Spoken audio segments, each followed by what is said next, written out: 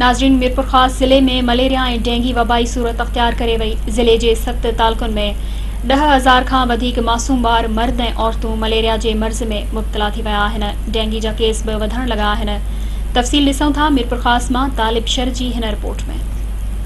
बुख, बदहाली, मुफलसी जिते बरसात मुतासिरिन जे ऐंज में इज़ाफ़ो आंदो आहे त मथां वारी मच्छरनि जे आज़ार सबब ज़िले में मलेरिया, डेंगी वायरस, गैस्ट्रो समेत ॿियनि वबाई मर्दनि मुतासिरिन जे जीअ खे झंझोड़े छॾियो आहे। वबाई मर्दनि चेहरनि जूं मुरकूं खसे इंसानी वजूद खे दर्द ऐं पीड़ा में मुब्तला करे छॾियो आहे। अहिड़ी तरह बरसातुनि बैदि मीरपुर ख़ास में ख़तरनाक मर्द वबाई सूरत इख्तियार करे विया आहिनि। मिलियल अंगनि अखरनि मूजिबि हिन वक़्त ताईं 10,000 खां मथे माण्हू मलेरिया ऐं 150 खां मथे माण्हू डेंगी वायरस जहिड़ी ख़तरनाक वबा में मुब्तला थी विया आहिनि। लेकिन सिहत खाते पारां अञा ताईं के बि जोगा इलाज जा उपाउ न वरिता आहिनि। असां ॾिसो बरसात खां पोइ पाणी बीह थो रहे, उन पाणी जे करे मुख़्तलिफ़ क़िस्म बीमारियूं पैदा थियनि थियूं। उन में जीअं आहे गैस्ट्रो जी आहे, जंहिंमें डायरिया मच्छर उहो थी था वञनि, मलेरिया आहे, डेंगी आहे, स्किन डिजीज़ आहिनि। ख़ासि करे इहे बीमारियूं इन बरसात खां पोइ बीठल पाणी जो थियनि थो।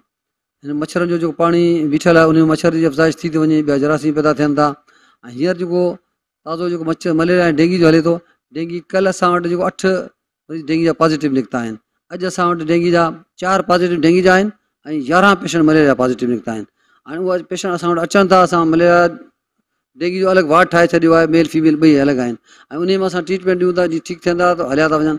बच्चे को डेंगी हो गया, करवाया नहीं, अभी किसी ने बोला ही नहीं उनको, तो हमें क्या पता था ये बीमारी लग जाएगी। डेंगी आया हुआ उधर, ये तो इधर आने के बाद पता लगा हमें कि डेंगी आया हुआ। सफाई का निज़ाम सही नहीं है, बाकी दवाइयाँ तो ये दे रहे हैं। एक जो दवाई है जो बाहर से खरीद के लेकर आए, अभी लेकर आया हूँ मैं 400 रुपये की दवाई। बाकी यहाँ तो एक ही एक गोलियाँ दे रहे हैं, जो भी मरीज है सबको वही गोलियाँ, इसको भी वही गोलियाँ, मुझे भी वही गोलियाँ। असां नवाब कॉलोनी वार्ड 6 खां ऐं बीमारी असांजे घरवारी खे डेंगू खाई वञे करे थियो आहे ऐं कोई स्प्रे न थियो आहे। असां मीरपुर ख़ासनि में नवाब कॉलोनी में बीमारी वधे पई ऐं को देखभाल न आहे। लेकिन कल्ह दाख़िल कयो आहे हिते, कुझु सिविल में कुझु दवाऊं वग़ैरह ॾिनियूं अथनि, सही कयो अथनि, मगर अञा मच्छरदानी वग़ैरह कोन मिली आहे। असां 2 ॾींहं थिया आहिनि, असांखे दवाऊं हिते ॾिनियूं आहिनि, प्राइवेट ॿाहिरां 2 लिखी ॾिनियूं आहिनि सुठी वारियूं, हिते बि लिखी ॾिनियूं, हुते ॾिनियूं। बेड जी परेशानी आहे थोरी, अलाए छाजे करे न थियो, अञा न थियो आहे। मच्छर बीमारी वधे पई। ॿिया नंढड़ी छोकिरी आहे, हुनखे बुखार आहे, हिनखे बुखार आहे हुते घर में। असांजे मीर जे प्लाट जे अंदरि यानी कि अॼु ताईं कोई स्प्रे वारो कोन आयो आहे। हर घर में 2-4 मरीज़ पिया आहिनि थिया हुते। हिते को असांजे ॾिसण वारो केरु कोन्हे हुते, यानी हर चक्कर यानी को अॼु ताईं को हिकिड़ो माण्हू असां वटि न आयो आहे। पूरो पाड़ो असांजो जेको आहे तक़रीबन यानी कि 2-4 घर में मरीज़ आहिनि ई आहिनि। हिते देखभाल आहे पर एतिरी ख़ासि कोन्हे। हुतां जी रिपोर्ट चवंदा लिखंदा आहिनि प्राइवेट में, होॾां वञो रिपोर्टूं कराइण थियूं पवनि।